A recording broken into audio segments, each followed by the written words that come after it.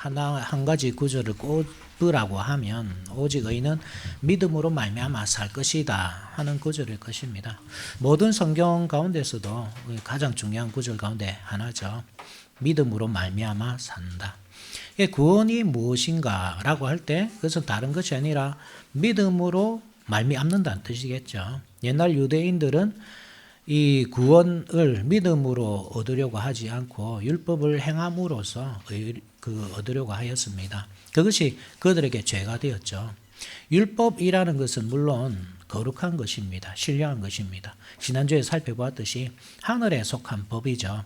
이 땅에서 사람이 고안해낸 것이 아니라 하나님의 뜻으로 만들어서 사람이 그것을 따라 살도록 주신 것입니다. 모든 세상이 그것으로 말미암아 이루어지도록 그것을 기준으로 온 세상이 펼쳐져 나가도록 그렇게 만드신 법입니다. 그런데 그것을 잘못 사용할 때 그것은 죽이는 도구가 되기도 합니다. 사람을 죄에 빠지도록 하는 도구가 되기도 합니다. 그것이 이제 유대인들이었죠. 그들은 율법의 가장 중요한 그 작동 원리라고 할 수 있는, 그러니까 가장 중요한 기능이라고 할 수 있는 자신의 죄를 깨닫고 구원자를 바라보게 하는 그 기능을 무시하였습니다. 그 율법 자체를 행함으로써 자신의 의로움을 완성하고 그렇게 하나님을 기쁘시게 하고 구원을 얻고자 했습니다. 그것이 그들을 죽이게 만들었죠. 그렇다고 해서 율법 자체가 방종으로 이끌는 것도 아니거든요. 그렇게 율법을 통해 의로움을 얻으려고 하는 것, 그것이 율법주의라면 그 반대편에 방종이라는 것이 있는데, 그러면 율법으로 사람이 의롭다 할 수 없기 때문에 방종하면서 살 수 있는가? 그렇지도 않다는 것입니다. 율법이라는 것은 그 사람이 어떻게 살아야 할지, 어떻게 살면 거룩하게 될 수 있고 신령하게 될 수 있는지 보여주는 중요한 기준이죠. 문제는 그것을 가진 사람이 문제입니다. 그 죄성 때문에 그것을 행할 수 없다는 것이 문제고, 그래서 구원자를 바라보아야 한다는 것이지 율법 자체가 문제가 있는 것은 아닙니다. 결국 우리의 목적은 이 율법을 행할 수 있는 상태로까지 자라가는 것입니다. 구원자를 통해서 구원을 얻는 것, 참 중요하죠. 그런데 그 구원이라는 것이 우리가 심판으로부터 해방되었다. 더 이상 하나님의 심판을 두려워하지 않아도 된다. 그것이 구원이지만 동시에 또 하나는 우리가 죄의 욕심에 이끌리는 그 상태에서 해방되는 것. 그 또한 구원이거든요. 그게 첫 번째 구원, 하나님의 심판으로부터 자유롭게 되는 것. 그것이 우리 예수님의 하시는 일이라면 우리가 의로운 삶을 살도록 이끌어주는 것. 그것이 성령의 일이죠. 이 두 가지를 물론 분리할 수는 없겠지만, 그래서 우리가 구원이라고 할 때는 이 두 가지를 다 같이 생각해야 됩니다. 출애굽기를 생각해 보면 이해가 가실 것입니다. 이스라엘 백성들이 이 애굽에서 탈출해 나오는 것, 어린 양의 그 피로 말미암아 하나님께서 그 피를 문인방과 좌우설주에 바르도록 하시고 그 사람의 그 집에 피가 묻어 있는 것을 보고 넘어가시잖아요. 그래서 유월절이잖아요. 넘는다고 해서. 그것은 이스라엘 백성들이 그 애굽 사람들보다 좀 더 의로운 삶을 살았기 때문이 아니거든요. 그 어린 양의 피, 믿음으로 바른 그 피 때문에 구원해 주시거든요. 그것이 무엇이냐면 구원이다. 그거 틀림없잖아요. 그죠? 그리스도의 사역이잖아요. 그리스도께서 유월절 어린 양으로서 그 피를 흘리신 것을 보여준단 말입니다. 그것이 구원입니다. 그렇지만 거기서 구원이 끝나는 것이 아니고 그들을 이끌어서 시내산으로 데려가시고 시내산에서 율법을 주시고 그 율법을 가지고 가나안 땅에서 살도록 하신 것. 이것도 구원이거든요. 그러니까 이스라엘 백성들은 애굽의 법으로 살지 않습니다. 가나안 땅에서. 가나안 땅의 원주민들의 법도 따르지 않습니다. 새로운 법을 가지고 살아야 했습니다. 그것이 참된 자유했잖아요. 그죠? 애굽의 정신으로부터 탈출하는 것. 몸만 탈출하는 것이 아니라 정신까지 탈출하는 것. 그래서 온 마음과 뜻과 힘을 다해 하나님을 사랑하고 섬기는 것, 그것이 참된 구원이라고 그랬습니다. 여기까지 우리가 바라보아야 한다는 말입니다. 그렇다고 할 때 계속 이어지는 것이 성령의 사역입니다. 8장에서도 계속 성령의 사역이 이어집니다. 성령께서 하신 일이 무엇인가? 바로 우리를 구원하시는 일을 하신다. 예수님께서 피를 흘려 우리를 그 하나님의 심판으로부터 구원하셨다면 성령은 우리를 죄된 옛사람에서 이끌어내어 새 사람이 되게 하시고 새로운 삶을 살게 하신다. 그것이 오늘 그 말씀에서 우리가 배울 수 있는 교훈입니다. 그래서 말씀의 주제가 그렇죠. 성령은 성도에게 자유를 주신다. 자유를 주시는데 오늘 본문에 두 가지가 나옵니다. 1절을 보면 사형 선고에서 자유롭게 하시죠. 그리고 2절과 4절을 보면 죄와 사망의 법에서 자유롭게 하신다는 말씀입니다. 이 두 가지를 그 중심으로 한번 살펴보도록 하겠습니다. 먼저 성령은 성도에게 자유를 주시는데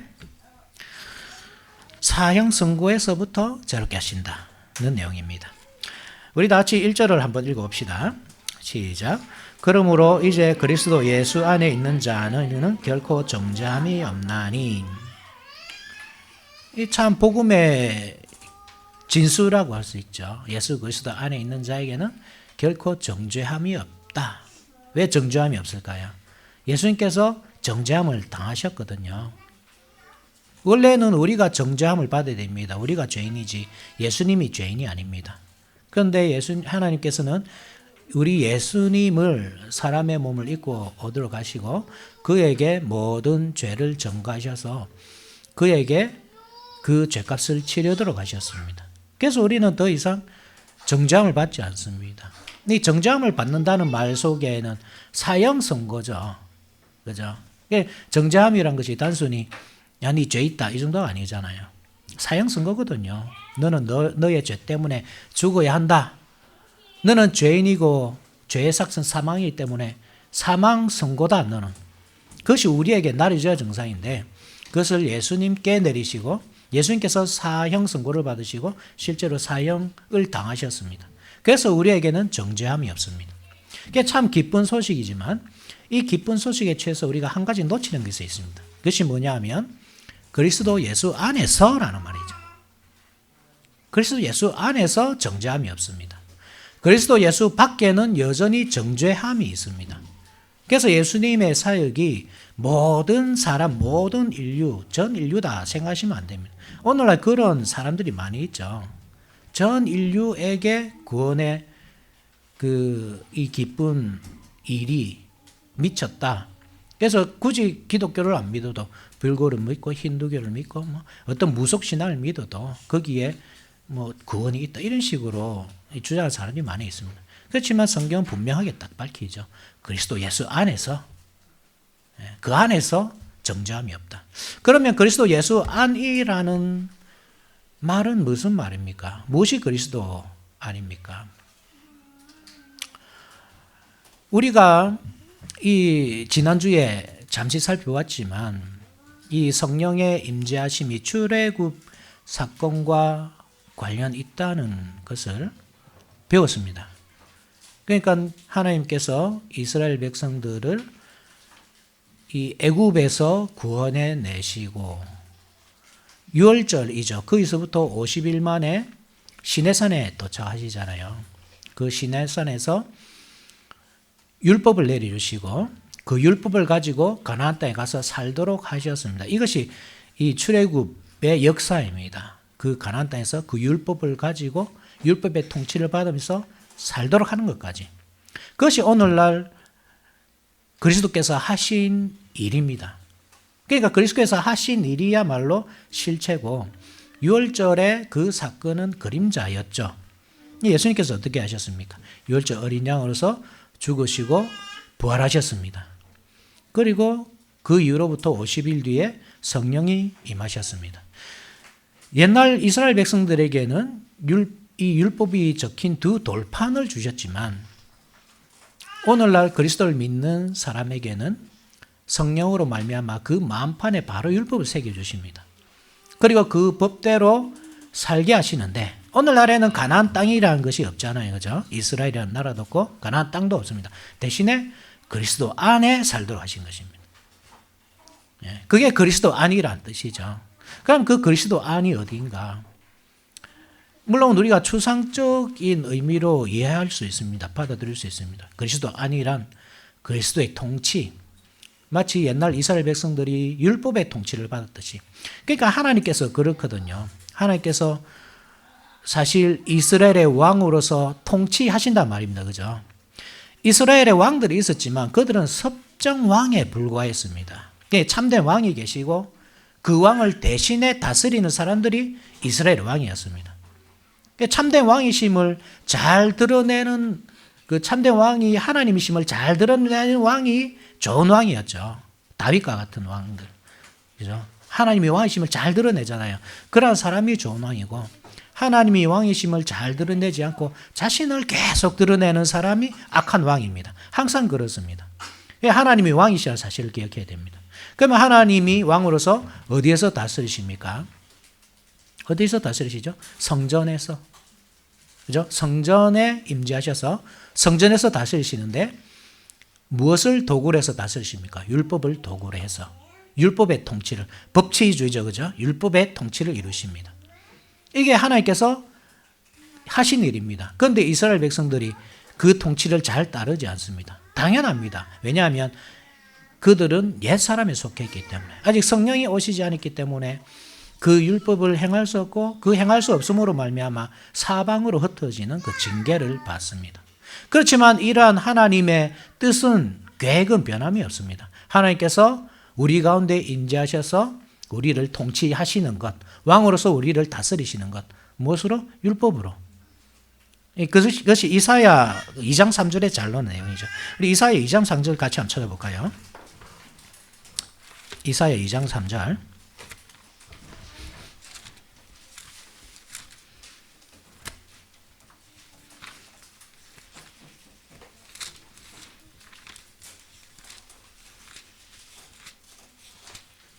이 장 3절 같이 한번 읽어봅시다. 메시아 시대에 일어날 일입니다. 그죠? 메시아 시대에 이러한 일이 있을 것이다 하는 내용입니다. 2장 3절 같이 읽읍시다. 시작. 많은 백성이 가며 이르기를 오라 우리가 여호와의 산에 오르며 야곱의 하나님의 전에 이르자. 그가 그의 길을 우리에게 가르치실 것이라. 우리가 그 길로 행하리라 하리니 이는 율법이 시온에서부터 나올 것이요 여호와의 말씀이 예루살렘에서부터 나올 것임이니라. 그죠? 그러니까 율법과 상관없는 새 시대가 아닙니다. 새 시대로 가서 하나님께서 직접 그 백성들 가운데 임재하셔서 그들에게 무엇을 합니까? 율법을 가르쳐 줍니다. 가르쳐 주는 이유가 무엇입니까? 배우라고 하는 것이죠. 우리로 하여금 그 율법을 배워라. 배우는 이유가 무엇이죠? 지식을 많이 쌓기 위해서입니까? 왜 우리가 율법을 배워야 합니까? 그대로 살기 위해서. 우리는 율법의 뜻을 잘 모릅니다. 그죠? 그래 잘 모르기 때문에 하나님께서 직접 다 가르쳐 주시는 겁니다. 옛날 제사장이 가르치는 일을 했습니다. 원래는. 그런데 그것을 하나님께서 직접 하신다. 이게 엄청난 은혜란 말입니다. 어떻게 그 일이 이루어지죠? 성령께서 우리 가운데 거하시면서 이 복음을 우리에게 가르쳐 주십니다. 그죠?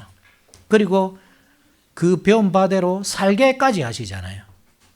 이렇게 구원을 이루어 가신단 말입니다. 하나님께서. 이게 구약시대의 일입니다. 그럼 오늘날에는 그러면 어떻습니까? 예수님께서 왕이시잖아요. 예수님께서 어디에 임하십니까? 교회에. 교회가 무엇입니까? 교회가 하나님의 왕국이고 성정이고 성령의 전이고 하나님의 집이고 예수님의 몸이고 그 백성들의 모임이고 그렇잖아요. 그러니까 그리스도 안에라고 할 때는 이 교회를 먼저 생각해야 된단 말입니다. 교회 안에 거하는 것이 하나님 안입니다. 그리스도 안입니다. 이 교회 안에 있는 사람에게 결코 정죄함이 없다. 이게 첫 번째로 바라봐야 할 우리가 이해해야 할 내용입니다. 물론 교회 안이라고 해서 모든 사람이 정죄함이 없는 것은 아닙니다. 이 유형교회의 한계거든요. 우리 웨스트민스터 신앙고백서에서는 이 교회 밖에서는 구원 얻을 가능성이 없다. 그죠? 통상적으로 구원받을 가능성이 없다고 가르치지만, 그죠? 23장 2항이죠. 25장 2항이죠. 그죠? 그렇지만 유형교회에서 이 1차적으로는 그 교회 안입니다. 그죠? 그 교회 밖에 있으면서 나는 구원 얻은 사람이다 말할 수 없습니다. 그렇지만 유형교회의 한계라고 할 때는 거기에는 하나님께서 택하신 백성도 있고 택하지 않은 백성도 있거든요. 택하신 백성들에게는 하나님께서 성령을 부어주십니다. 그죠? 성령을 부어주십니다. 그래서 그 성령으로 말미암아 말씀을 깨닫도록 하시고 말씀을 배우도록 하시고 그 말씀대로 살고자 하는 새로운 의지가 생기도록 하시고 그 말씀대로 살 수 있는 능력까지 주시는 이게 성령의 하신 일이란 말입니다. 그러니까 이것을 교회 안에 있다고 다 하는 것이 아니라 하나님께서 택하신 사람, 아버지께서 택하신 사람, 예수님께서 그를 위해 죽으신 사람들, 그리고 성령께서 부르신 사람들, 모든 사람이 아니고 그 사람들입니다. 그죠? 그래서 이 두 가지를 기억해야 되죠. 첫 번째는 1차적으로 교회 안, 교회 밖에서는 구원이 없습니다. 1차적으로 교회 안, 그 안에서도 그 통치를 받들고 사는 사람, 교회 안에 있다고 해도 그 통치를 받들지 않는 사람, 말씀의 가르침을 배우지 않고 따르지 않는 사람, 그런 사람들은 정죄함이 있다. 이 사실을 아셔야 됩니다. 그게 참 두려운 말씀이죠. 왜냐하면 우리의 삶이 완전하지 않거든요. 내 자신만 봐도 그렇잖아요. 우리가 하나님의 말씀이 항상 우리에게 주시지만 자주 주시잖아요. 오전에 주시고 오후에도 주시고 수요일에도 주시고 계속 하나님의 말씀을 우리에게 줍니다. 그리고 우리가 개인적으로 성경을 읽을 때도 성령께서 우리와 함께 하시고 그 말씀의 깨달음이 크든지 작든지 있도록 하십니다. 문제는 우리가 그 다스림을 받고 사느냐 할 때 항상 부족하잖아요.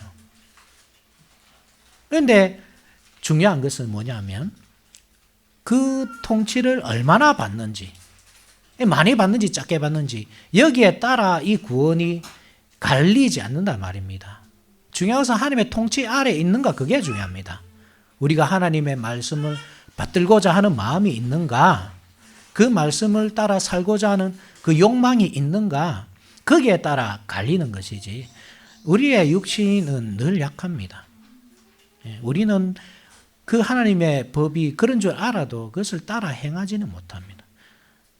그래서 그렇게 못 산다고 해서 그것이 구원 못 받은 증거다 이렇게 말씀하시면 안 됩니다.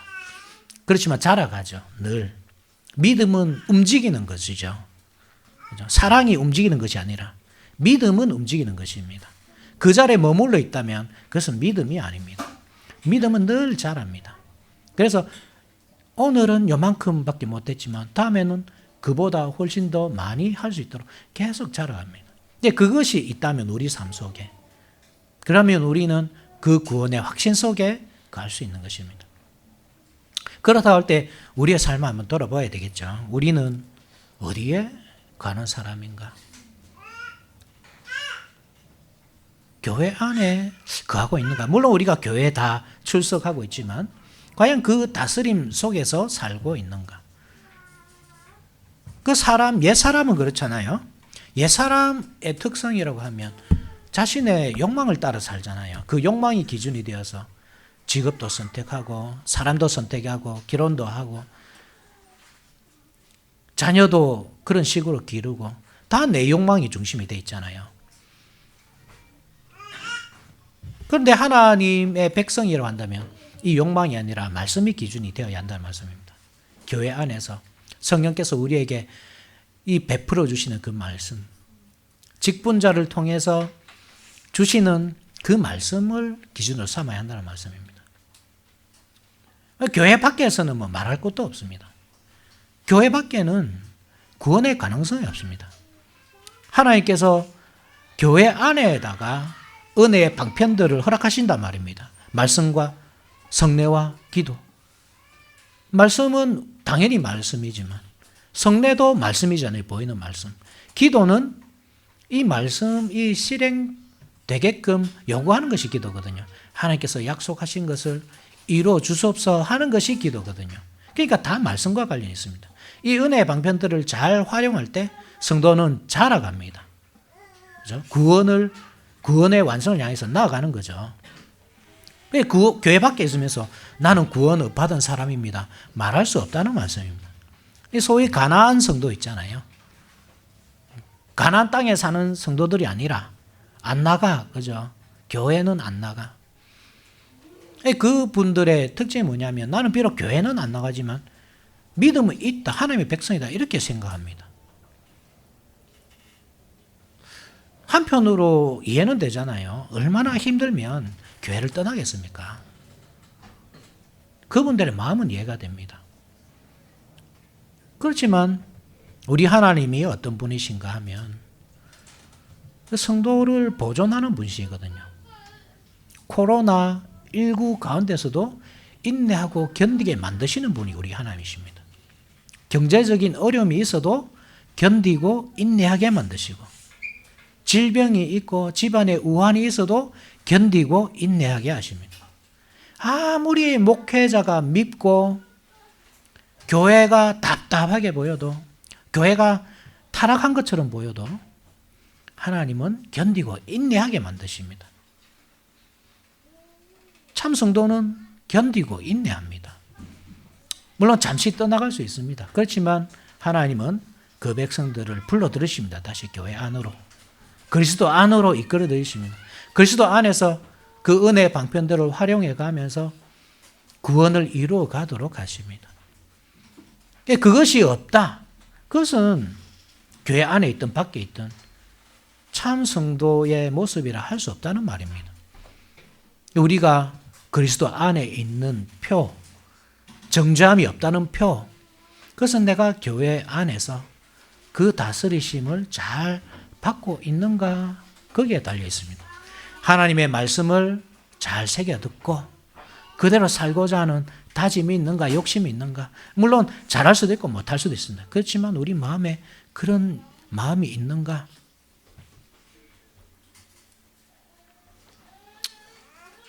그때 우리는 그리스도 안에 있다. 그 통치를 받고 산다. 예수님께서 나를 위해서 돌아가셨다. 비록 나는 죄인이지만 우리 그리스도께서 그 죄를 다 사해 주셨다. 이렇게 우리가 말할 수 있는 것입니다. 두 번째, 죄와 사망의 법에서 자유죠. 다시 우리 본문으로 돌아가서 2절을 같이 한번 봅시다. 2절. 이는 그리스도 예수 안에 있는 생명의 성령의 법이 죄와 사망의 법에서 너를 해방하였습니다. 생명의 성령의 법이 죄와 사망의 법에서 너를 해방하였다. 이게 생명의 성령의 법이란 무엇이고 또 죄와 사망의 법이란 또 무엇입니까? 생명의 성령의 법이라는 것은 우리가 지금까지 계속 설교를 들어왔다면 어렵지 않게 알 수 있습니다. 생명의 성령의 법이란 성령의 다스림을 받는 것. 성령은 항상 말씀과 함께 역사하시잖아요. 그죠? 하나님께서 말씀하십니다. 그러니까 계획하고 뜻하시고 말씀하십니다. 하나님께서. 그 말씀을 그리스도께서 순종하시고 성취하십니다. 성령님은 그 말씀을 각 사람에게 적용하십니다. 그러니까 성령이 어떻게 임재하시느냐 할 때 말씀과 함께라고 말하는 겁니다. 그 말씀을 벗어나서 하면 안 됩니다. 그러면 삼위일체가 깨지겠죠. 아버지의 뜻을 따르지 않는 예수님을 여러분 상상할 수 있습니까? 아버지의 뜻을 따르지 않는, 또 아들이 보내신 성령이라 할 때 아들의 뜻을 따르지 않는 그 성령이라는 것이 어디 있습니까? 이것은 잘못된 이해입니다. 항상 이 삼위일체라는 뜻 안에는 그 말씀 안에서 함께 동역하면서 하나님의 구원 역사를 이루어 가신다 하는 뜻이 있습니다. 그래서 성령님은 다른 것이 아니고 말씀과 함께 역사하십니다. 즉 생명의 성령의 법이란 그 말씀으로 역사하시는 성령님, 그 말씀을 우리 각 사람에게 구원으로 적용해 가시는 그 성령님이시죠. 그 성령님이 어떻게 사용하신다는 말입니까? 그 백성들을 그리스도 안으로 이끌어 들이시죠. 계속 부르시죠. 그죠? 그리고 그 안에서 그 법대로 살도록 하시죠. 여기에 생명의 성령의 법이란 말입니다. 그리스도 안에만 구원이 있다고 할 때, 정죄함이 없다고 할 때, 그것을 이루어 가시는 분이 성령이시란 말입니다. 그러면 죄와 사망의 법이란 무엇일까요? 그 반대겠죠. 죄와 사망의 법이란 이 생명의 성령의 법을 따르지 않는 사람들입니다. 욕심을 따르는 사람들입니다. 그러니까 하나님의 말씀을 기준으로 삼지 않고 자기의 욕망을 기준으로 삼고 사는 사람들입니다. 모든 사람이 그렇습니다. 대부분이 그렇습니다. 앞서도 말씀드렸다시피 성령 하나님은 모든 사람에게 내주하는 것이 아니라 하나님께서 택하신 사람, 그리스도께서 대신하여 죽으신 사람들, 그들 가운데만 임재하시기 때문에 그들은 하나님의 말씀을 기준으로 삼고자 하는 열망을 가지고 살지만 대부분의 사람들은 성령이 없기 때문에 그러한 열망조차 가지지 못합니다.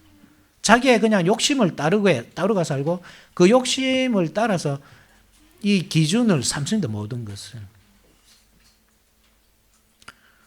모든 삶의 원리를 자기 욕심을 기준으로 합니다. 그러니 그것이 죄와 사망의 법이 될 수밖에 없습니다.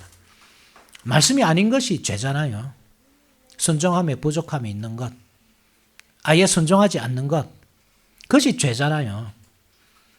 그렇다고 할 때 이 생명의 성령의 법은 우리로 하여금 말씀으로 이끌어주고 말씀의 통치를 받게 하지만 죄와 사망의 법은 그 말씀과 동떨어지게 한단 말입니다. 그것이 우리의 옛 육신, 욕망을 따르는 삶. 옛날 우리 조상 아담과 하와가 그랬던 것처럼 아담과 하와가 하나님처럼 되고자 그 금지된 실과를 따먹었듯이 그 욕망이잖아요. 그 DNA가 모든 사람에게 흘러나온단 말입니다. 모든 사람에게 이렇게 계속 이어져 왔다는 말입니다. 모든 아담의 혈통을 잇는 모든 사람은 그것을 따라 살 수밖에 없습니다. 특별하게 부름받은 사람만 거기서 끊어집니다. 옛 삶에서. 새 사람으로 옮겨집니다. 하나님께서 택하신 사람. 그 사람입니다.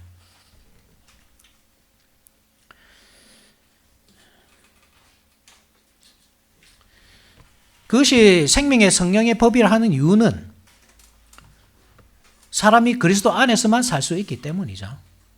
그죠? 앞서도 말했듯이 그 밖에서는 절대 살 수 없기 때문입니다. 죽기 때문입니다. 옛날 이스라엘 백성들 생각해 보시면 됩니다. 그들이 애굽에서 나왔어도 광야에서 다 멸망합니다. 결국은. 그 정신이 애굽에 머물러 있기 때문입니다. 살기 위해서는 그 정신이 떠나야, 마음이 떠나야 합니다.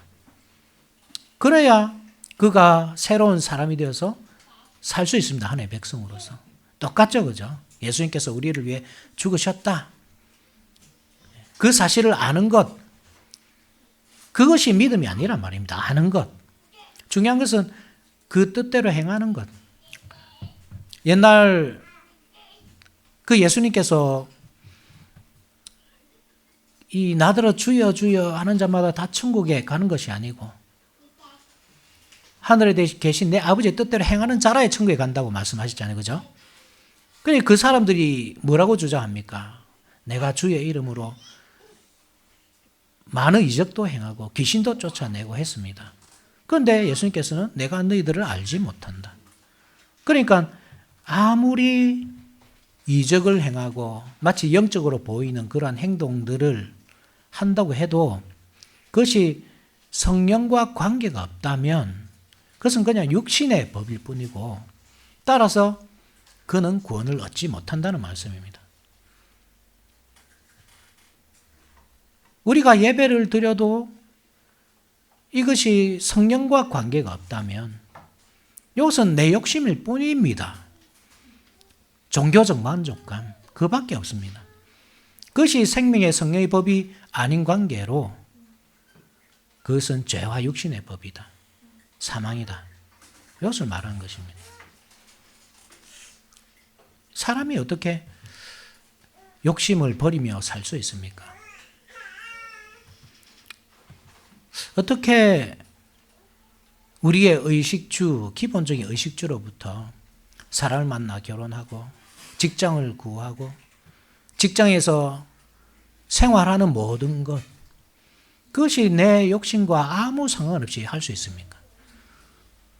불가능하잖아요. 그죠? 그런데 그것을 성령께서 하신다. 성령께서 우리의 구원을 적용해 가시는 일이다, 그것이. 그래서 우리는 작은 것 하나부터 큰 일, 어떤 것을 선택하여 이뤄가는 모든 일이 내 욕망을 따른 것이 아니라 하나님의 영광이라는 그 목적을 위해 할 수 있는 것입니다. 성령이라는 것 때문에. 원수를 사랑하는 일, 그것이 얼마나 어렵습니까, 여러분? 아무리 영적인 일처럼 보이는 것이라도 성령의 법을 따르지 않을 때, 그것이 이 사망의 법이라고 할 때, 사실 성령에 따르지 않는 모든 행위들은 다 허위가 되거든요. 내가 살인을 저지르지 않아야 되겠다. 그래서 살인을 저지르지 않는다 합시다. 그렇다고 6계명이 성취되는 것이 아닙니다. 왜냐하면 마음속으로 미워만 해도 이게 6계명을 어기는 것이기 때문에. 그래서 사람이 어떻게 이 사람을 미워하지 않을 수 있습니까? 어떻게 원수를 사랑할 수 있고 70번에 7번까지 용서할 수 있습니까? 그 사람을. 이게 불가능하잖아요. 그죠? 우리는. 그것이 성령께서 하신단 말입니다. 성령께서는 우리가 진심으로 사람을 사랑할 수 있도록 만들어 주십니다. 그게 성령께서 하시는 일입니다. 여러분, 우리가 잘 아는 위인 중에 손야원 목사님 알고 계시죠? 손야원 목사님 얼마 전에 제가 우연히 이렇게 그 유튜브 보다가 거기 예전에 이렇게 기독교 방송에서 이렇게 상영한 내용, 방영한 내용을 이렇게 좀 짧게 줄여서 올려놓은 것을 보게 되었는데, 그 손야원 목사님 아들들이 고등학생인가 그랬습니다. 근데 그 같은 학교에 있는 그 공산당 학생이 고발해가지고 이 두 아들을 죽이잖아요. 그러니까 지난주까지만 해도 교회에서 이 차양대도 하고 교사도 하고 하던 아이들이 죽어서 돌아온 겁니다. 실제로 이 손야 목사님이 그 장면을 보고 엄청 이렇게 울고 이렇게 막 오열하면서 그 살아 있었던 그 손동희 권사님, 지금도 살아 계신지 모르겠습니다. 그 권사님의 증언으로 따지면 막 이렇게 막 뒤에서 보면 들들들 떨면서 그렇게 우셨다고 하잖아요. 그 아들을 그 정도로 사랑했습니다. 그런데 그 아들을 죽였던 그 사람을 자기의 양자로 들이거든요. 실제 아들처럼 키웠습니다. 그 인터뷰하는 거 보니까 그 분의 손자가 지금 목사가 돼 있더라고요. 성이 이제 안씨인데, 우리는 그것을 보면서, 야, 저게 어떻게 가능할까? 다른 사람도 아니고 내 아이를 죽인 사람인데 어떻게 저렇게 사랑할 수 있고 그를 다시 양자로 받아들일 수 있을까? 왜냐하면 이게 불가능해 보이잖아요. 이게 물론 손야원 목사님이 아주 훌륭한 분이십니다. 그런데 그 신앙으로 볼 때 그런 거죠. 그 본성은 다 타락했습니다. 마찬가지입니다. 타락하지 않은 사람이 어디 있습니까? 그런데 우리와 다른 점이 있다면 그 믿음이 우리에 비해서 훨씬 깊었던 것입니다. 그러니 성령 충만한 그 능력으로 그 원수를 사랑할 수 있는 것이죠. 성령으로 안 될 때 되느냐? 여러분, 원수를 사랑하자 누구나 말할 수 있습니다. 그렇지만 그 능력은 안 나타납니다. 성령이 안 계시면. 70번에 7번이라도 용서해야 될 줄 우리가 알고 있습니다.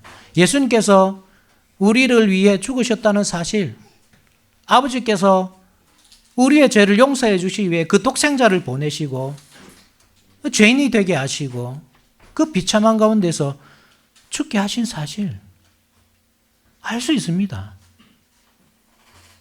그런데 그 능력은 모든 사람에게 나타나지 않잖아요. 능력이 누구한테 나타납니까? 그 성령 충만한 사람. 성령으로 가득한 그 사람이 그 말씀이 실제 능력이 되어서 나타나는 겁니다.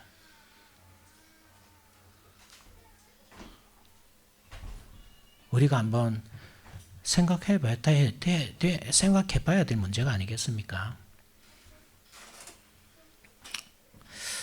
3절 4절 우리 같이 한번 읽어봅시다. 시작. 율법이 육신으로 말미암아 연약하여 할 수 없는 그것을 하나님은 아시나니 곧 죄로 말미암아 자기 아들을 죄 있는 육신의 모양으로 보내어 육신의 죄를 정하사 육신을 따르지 않고 그 영을 따라 행하는 우리에게 율법의 요구가 이루어지게 하려 하심이니라. 이 말이 그 말입니다. 우리의 육신은 연약합니다. 그래서 율법의 요구를 이룰 수가 없습니다. 그것을 하나님도 아시고 그 아들을 보내주셔서 그 율법의 요구를 이루도록 하셨습니다. 죄 있는 육신의 모양으로 보내셨습니다. 이것은 아담의 그 혈통을 이은 것이 아니라 그 모양으로 보냈다 이 말입니다. 그 혈통을 잇는다고 할 때는 원죄가 있다는 뜻이잖아요. 예수님이 원죄는 없으시단 말입니다. 그 모양으로 사람의 모양으로 그래서 사람의 대표로서 돌아가시게 하시고 우리의 죄값을 다 지으셨다. 그렇게 육신을 따르지 않고 그 영을 따라 행하는 우리에게 율법의 요구가 이루어지게 하셨다. 율법의 요구는 그 율법을 순종하는 것이거든요. 그런데 우리는 못했잖아요. 그죠? 그래서 그 죄를 위해 돌아가심으로써 그리고 그 율법을 스스로 행하심으로써 그 요구가 이루어지게 하셨습니다. 그리고 우리가 앞으로 지을 죄까지 다 사해 주셨습니다. 이 말씀은 우리가 그러니까 죄를 지을 것을 미리 아시고 어떤 죄를 지을 것을 미리 아시고 그것을 사해 주셨다 그런 뜻이 아닙니다. 이것을 잘못 이해하면 이 범죄 허가서가 될 수 있거든요. 하나님의 은혜가 범죄 허가서. 내가 막 죄 앞에 서 있단 말입니다. 죄를 지으려고 하는 순간에 이거는 하나님께서 미리 하시고 용서해 주신 것이기 때문에 내가 이 죄를 지어도 괜찮다 이렇게 생각할 수 있거든요. 그러한 뜻으로 이해하시면 안 됩니다. 이 말씀은 우리가 죄를 짓지 않도록 죄에 이끌려서 욕심에 이끌려서 살지 않도록 우리를 순종하게 하신다 하는 의미에서 우리가 지을 죄까지 앞으로 지을 죄까지 사해 주신다 이런 뜻이죠. 물론 우리가 그 가운데서 실수할 수 있고 죄를 지을 수 있고 그러한 죄까지 용서하신다는 말도 많습니다. 그렇지만 중요한 것은 성령의 일이죠. 예수님께서 우리에게 성령을 보내주신 이유가 그 율법의 요구를 이루게 하기 위해서. 그러니까 율법을 폐기하고 버려야 할 것이 아니다 말입니다. 우리는 이제 새로운 백성으로서 그리스도 안에 사는 사람으로서 그 율법의 요구를 행하며 살아야 합니다. 완전히는 안 되겠죠. 그것은 우리의 영혼이 떠나갈 때나 완성될 것입니다. 그리스도께서 다시 오실 때 육신과 영혼까지 완전히 완성될 것입니다. 그때까지 우리의 일은 영화롭게 되어가는 것. 우리가 영화롭게 되어갈 때 하나님 이 영광을 받으신다는 것. 이 사실을 잘 기억하셔야 됩니다. 우리의 목적은 구원이 아닙니다, 여러분. 삶의 목적은 구원이 아닙니다. 우리의 목적은 하나님을 영화롭게 하는 것. 이것을 절대 잊어버리시면 안 됩니다. 우리가 어떻게 영화롭게 할 수 있느냐? 그 율법의 요구를 이루어 가심으로써. 성령이 우리를 자유롭게 하신다 할 때 바로 이것입니다. 우리의 죄된 옛 삶에서 이끌어내어서 자유롭게 하신다. 더 이상 죄에 얽매여 살지 않도록 자유롭게 살도록 하신다. 죄에 매이지 않게 하기 위해서 성령으로 매게 하시고 말씀에 매게 하시고 그 통치 안에서 살도록 하신다.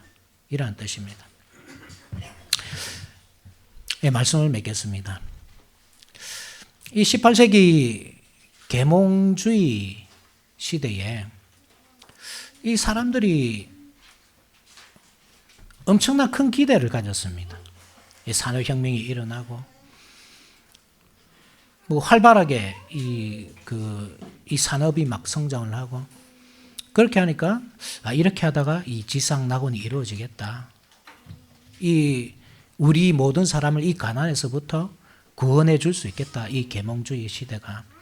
사람들이 그렇게 생각했습니다. 그런데 그 꿈이 완전히 박살나죠. 1, 2차 세계대전을 통해서. 세계대전이 일어나고 그 발전한 과학 문명이 사람을 죽이기 시작하자 사람들은 그 꿈을 접었습니다. 계몽주의는 더 이상 근대주의죠. 그죠? 근대화는 더 이상 사람을 구원하는 도구가 아니구나 한 것을 깨닫습니다. 그래서 탈근대주의로 넘어가죠. 이게 탈근대주의가 포스트 모더니즘이거든요. 그런데 이 포스트 모더니즘 시대로 해서 그래서 이 산업화를 싫어하고 과학 문명을 싫어한다고 해서 그들이 과학 문명이라는 이 우상을 버린 것은 아닙니다. 여전히 이 탈근대화 시대에 살아가는 사람들도 이 과학 기술 문명의 발전이 우리에게 행복을 가져다 줄 수 있다. 물질적인 부요함이 우리를 이 가난에서부터 힘겨운 삶으로부터 구원해 줄 수 있을 것이다. 그렇게 믿음을 가지고 살아갑니다. 그런데 그것이 아니었잖아요. 그것이 우리를 구원하지 못한다는 사실은 이 선진국으로 갈수록 우울증이 많고 자살률이 높은 것으로 드러나거든요.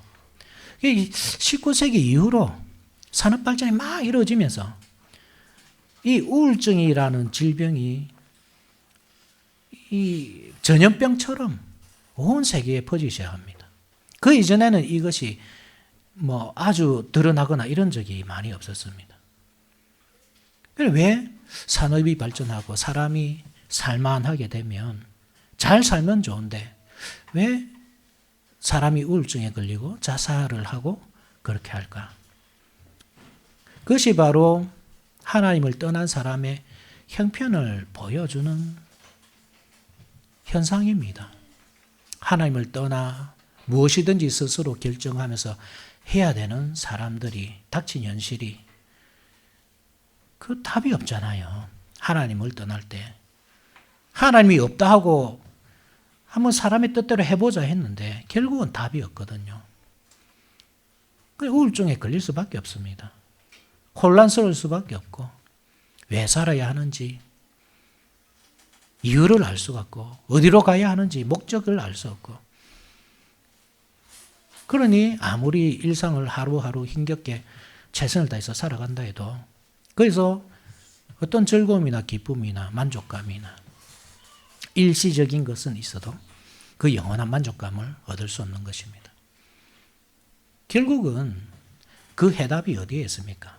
그리스도께 있죠. 그래서 그리스도 안에 답이 있습니다. 그리스도 안에서 그 답을 해결해야 됩니다. 우리의 모든 삶의 목적과 목표, 살아야 할 이유, 그리스도 안에서 발견해야 합니다. 그런데 그것이 이 교회 밖에서만 일어나는 현상이다 생각하시면 안 됩니다. 그 근대주의는 교회 안에도 많은 영향을 미쳤습니다. 그 근대주의가 약속하는 것이 부라고 할 때, 번영이라고 할 때 그것이 교회와 교묘하게 손을 잡았거든요. 그것이 더 사실 위험했죠. 그래서 복음이 무엇인가? 바로 가난에서부터 자유하게 되는 것. 가난에서부터 번영하게 되는 것. 그것이 이 근대주의 이후로 교회 안으로 흘러들어온 것입니다. 오늘날 교회가 그렇지 않습니까, 여러분? 번영신학, 기복신학, 귀복신앙. 예수를 잘 믿으면 부자가 되고 성공하고 출세하고 예수 믿으면 못할 것이 없고 다 이룰 수 있고 내 욕망을 이루는 도구가 이 복음이 되어버린 것입니다. 그런데 오늘 우리가 이 본문을 통해서 배운 것이 무엇입니까? 자유라는 것은 그런 자유가 아니다. 가난에서부터 자유가 아니다. 내 비참한 삶에서부터 자유가 아니다. 자유란 죄에서 자유고 죽음에서부터 자유다. 이게 복음이란 사실을 잘 아셔야 합니다. 이 번영신학이라는 것은 이 근대주의 사회의 그 정신과 복음이 만나서 낳은 사생아들입니다. 하이브리드입니다. 이게 잡종입니다. 복음이 아닙니다. 역시 우리가 이러한 사생아를 붙들고 나도 모르게 그것을 추구하면서 그것이 있으면 내가 하나님께 은혜를 받고 구원받고 그것이 없고 내 삶이 가난하고 질병에 시달리고 여러 가지 어려운 형편들이 내 삶에 닥치면 마치 내가 신앙생활을 잘 못하고 있는 것처럼 혹은 하나님께서 잠시 나를 버린 것처럼 그렇게 생각하고 있지 않는지 우리가 돌아봐야 되는 것입니다. 하나님께서 우리에게 죽음으로부터 자유롭게 하시고 최후 심판으로부터 자유롭게 하시고 또 죄로부터 자유롭게 하셨다고 할 때 그것은 다 이루어졌습니다. 그리고 지금도 우리 가운데서 이루어지고 있는 사실입니다.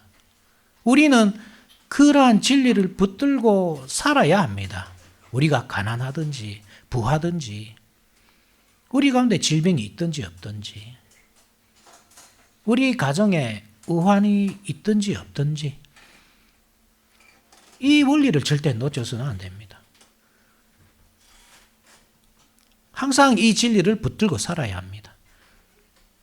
그 자유를 위해서 한 발 한 발 걸어가야 합니다. 이 말씀을 가지고 여러분 살아가십시오. 우리가 정말 자유하지 못한 사람인가? 아직도 우리에게 무엇이 부족한 것이 있는 사람들인가? 그렇지 않다. 하나님께서 우리에게 다 주셨고 그리고 주고 계신 중이십니다. 영원한 생명이 기다리고 있습니다. 이 세상의 삶은 짧습니다. 금방입니다. 그렇지만 우리에게 주어질 그 영원한 삶은 끝이 없습니다.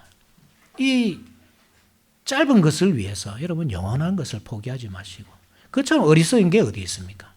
영원한 삶을 위해서 오히려 이 짧은 것을 포기하고 일상을 대충 살자 이런 말이 아니라 우리가 일상을 열심히 살아야 하지만 그리스도 안에서 살자 이 말입니다. 그리스도 안에서 하나님의 말씀을 듣고 배우고 깨닫고 순종하면서 살자는 말입니다. 거기에 참된 자유가 있습니다. 모든 질병으로부터 자유. 질병을 안 걸린다는 것이 아니라 질병이 걸려도 기뻐할 수 있는 자유. 가난해도 즐거워할 수 있고 가난하기 때문에 더 하나님을 의지하는 자유. 그 자유를 위해 살아가는 저와 여러분들이 됩시다. 아멘.